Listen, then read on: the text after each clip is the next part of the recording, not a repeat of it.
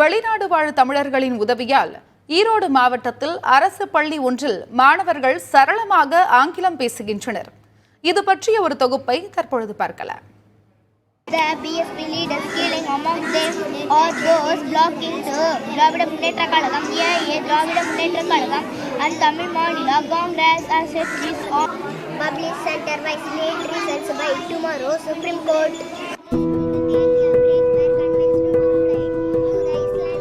இப்படி ஆங்கில நாளிதழை அற்புதமாக வாசிக்கும் இந்த மாணவர்கள் படிக்கும் அரசு பள்ளி ஈரோடு மாவட்டம் நசியனூர் அருகே கந்தாம்பாளையத்தில் அமைந்திருக்கிறது.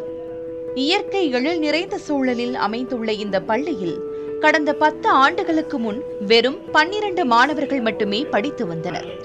குறைவான மாணவர் சேர்க்கையை கண்டு கலங்கிய தலைமை ஆசிரியர் கந்தசாமி பள்ளியை மேம்படுத்த அதே ஊரைச் சேர்ந்த ஸ்காட்லாந்தில் வசிக்கும் சிவக்குமார் என்பவரை நாட அவர் 1.5 லட்சம் ரூபாய் உதவியில் ஸ்மார்ட் வகுப்பறையை உருவாக்கி தந்திருக்கிறார்.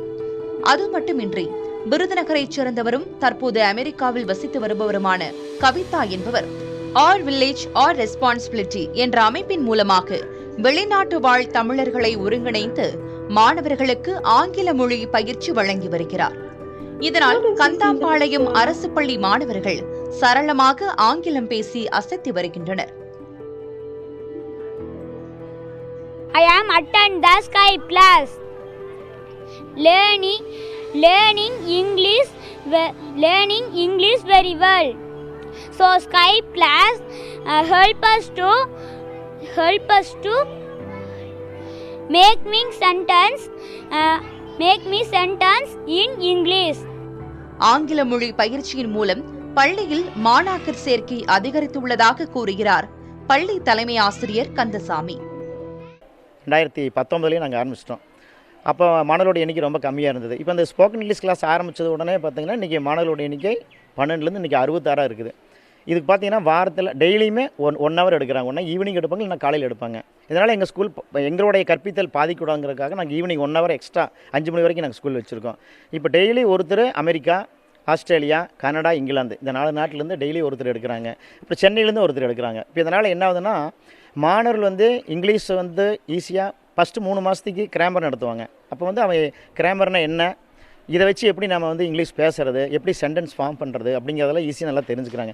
ஸ்கைப்பில் அவங்க ஃபாரின்லேருந்து அவங்களோட ரெஸ்ட் டைமில் குழந்தைங்களுக்கு 1 ஹவர் கிளாஸ் எடுக்கிறது மூலிமா பசங்களும் சரளமாக இங்கிலீஷ் படிக்கிறாங்க, படிக்கிறத புரிஞ்சுக்கிறாங்க. சென்டென்ஸ் நல்லா அவங்களுக்கு வாக்கியமாக அமைக்கிறதுக்கு அவங்களுக்கு இந்த ஸ்கைப் கிளாஸ் யூஸாக இருக்குது. பேசுகிறதும் இங்கிலீஷில் பேசுகிறாங்க. பசங்க பயமில்லாமல் பேசுகிறாங்க. இங்கிலீஷுங்கிறத துளி கூட பயப்படுறதே இல்லை. பயமில்லாமல் படிப்பாங்க, பயமில்லாமல் எழுதுவாங்க. ஆங்கில இலக்கணங்களை எளிதில் கற்று வருவதாக மகிழ்ச்சி தெரிவிக்கின்றனர் அரசு பள்ளி மாணவர்கள்.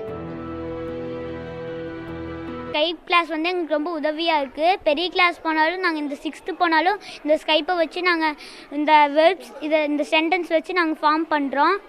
என்னென்னலாம் சொல்லித்தராங்கன்னா வேர்ப்ஸ், அட்வர்ப்ஸ், இன்டர்ஜெக்ஷன், கன்ஜெக்ஷன், இந்த கிராமர்ஸ் எல்லாம் சொல்லித்தராங்க. இந்த கிராமர்ஸ் எல்லாம் எங்களுக்கு ரொம்ப உதவியாக இருக்குது. அப்புறம் எங்களுக்கு நல்லா புரிஞ்சுக்க முடியுது. பெரிய கிளாஸ் போனாலும் சென்டென்ஸ்லாம் ஃபார்ம் பண்ண எங்களுக்கு நல்லா தெரியுது.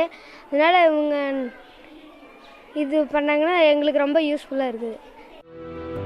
சொந்த ஊரில் பயிலும் அரசு பள்ளி மாணவர்கள் முன்னேற வேண்டும் என்ற வெளிநாடு வாழ் தமிழர்களின் அக்கறையும் தன்னார்வலர்களின் அர்ப்பணிப்பும் மிகவும் பாராட்டுக்குரியது. இவர்களின் சேவையால் அரசு பள்ளி மாணவர்களுக்கு இன்று ஆங்கிலம் வசப்பட்டுள்ளது. புதிய தலைமுறைக்காக ஒளிப்பதிவாளர் முகமது யாசினுடன் செய்தியாளர் மணிகண்டன்.